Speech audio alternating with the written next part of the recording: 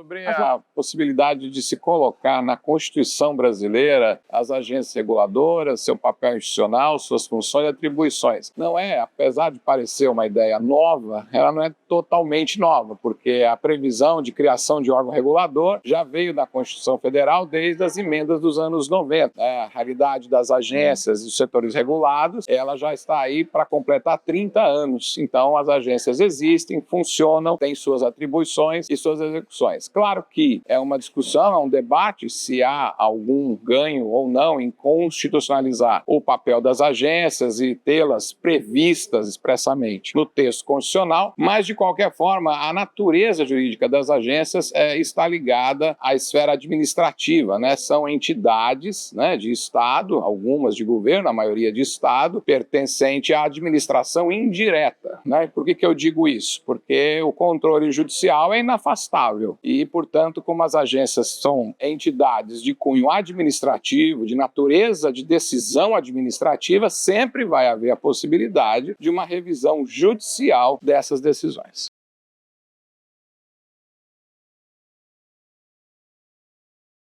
O que acontece é que no Brasil, as decisões administrativas, elas são revistas já no primeiro grau de jurisdição do Poder Judiciário. Então, a organização do Poder Judiciário, entre primeira instância, segunda instância e tribunais superiores, né, STJ e STF, essa organização ela não é um tema das agências, ela é um tema da essência do Poder Judiciário. E no Brasil, uma decisão de uma agência é desafiada no primeiro grau de jurisdição. Então, muitas vezes, é por isso que o judiciário ele acaba interferindo, ainda que positivamente, ainda que tenha seus poderes para tal, nas decisões das agências em várias escalas no poder judiciário, em várias instâncias. Não é assim em todos os países. Há países em que, por exemplo, um debate judicial sobre uma decisão da agência já deve ser originado num tribunal superior e não numa instância inferior. Mas para isso, sim, deveria ter uma norma constitucional que prevê a chamada competência originária de apreciação, por exemplo, pelo STJ ou por um outro tribunal, de decisões tomadas pelas agências. Não é o caso do Brasil, né? No Brasil é justamente a Justiça Federal, né, os juízes de primeira instância da Justiça Federal que fazem a primeira análise de decisões administrativas das agências reguladoras.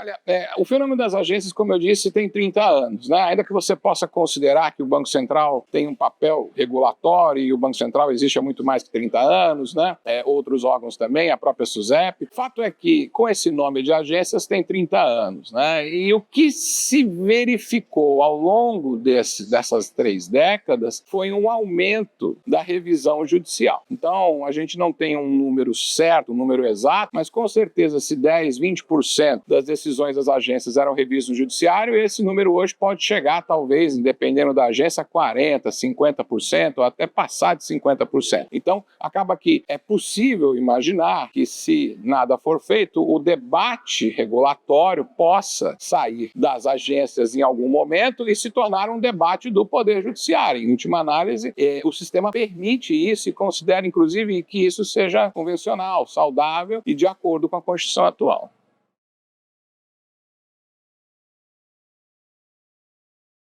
O CAD, especificamente, ele não se considera uma agência regulatora. O CAD é um tribunal que julga casos concretos relacionados às empresas que se unem, né, e a empresas que cometem infrações da ordem econômica, acordos anticoncorrenciais, condutas anticoncorrenciais. O fato é que, independentemente disso, o CAD também está sujeito à revisão judicial no que tange às suas decisões, né, e ao longo do tempo isso tem acontecido. Por exemplo, a primeira vez, né, que se discutiu o mérito de uma fusão no Brasil é um caso que faz aí 20 anos, né? 20 e poucos anos, o caso do chocolate, da Nestlé, da Garoto. Mas de lá para cá isso se tornou também não tão frequente, mas também não tão excepcional, né? Em um ou outro caso se discute, né, no Poder Judiciário, cartéis que o CAD condena, muitas vezes são revistos no Poder Judiciário, se é para manter a condenação, se é para absolver, né, se as provas utilizadas na condenação eram robustas ou não. Então essa situação ela existe. E também no CAD houve um aumento da revisão judicial das decisões do CAD ao longo do tempo.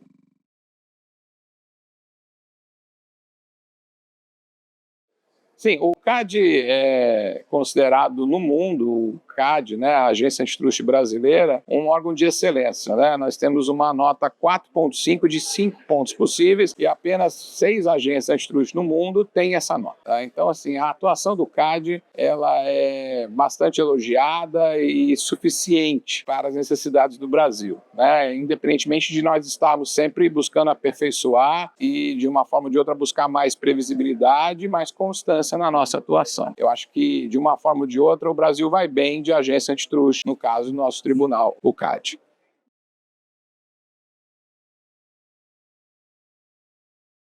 Sim, é uma discussão sobre o papel das agências em termos de intervenção no domínio econômico, se estaria sendo feita pouca ou uma intervenção suficiente ou uma intervenção até exagerada. Com certeza os setores regulados, e por isso que existem agências reguladoras, são setores que não funcionariam sozinhos apenas pela vontade da iniciativa privada ou do empreendedorismo. Eles possuem as chamadas falhas de mercado que, a partir de estudos dos economistas, né, se identificou que há setores que às vezes é muito arriscado investir, ou o investimento inicial é muito elevado, ou é necessário uma interconexão com concorrentes para que aquela infraestrutura consiga funcionar. Então, há várias razões pelas quais um setor se considera, deve ser considerado um alvo de regulação. Mas, de qualquer modo, com certeza, sobre a questão do papel do consumidor na agência reguladora, ele é muito importante, sim, mas ele não é o único, né? A rigidez do sistema, o funcionamento do setor regulado é tão ou mais importante do que justamente, né, a primazia do interesse do consumidor. Isso tem que ser equilibrado dentro do papel da agência.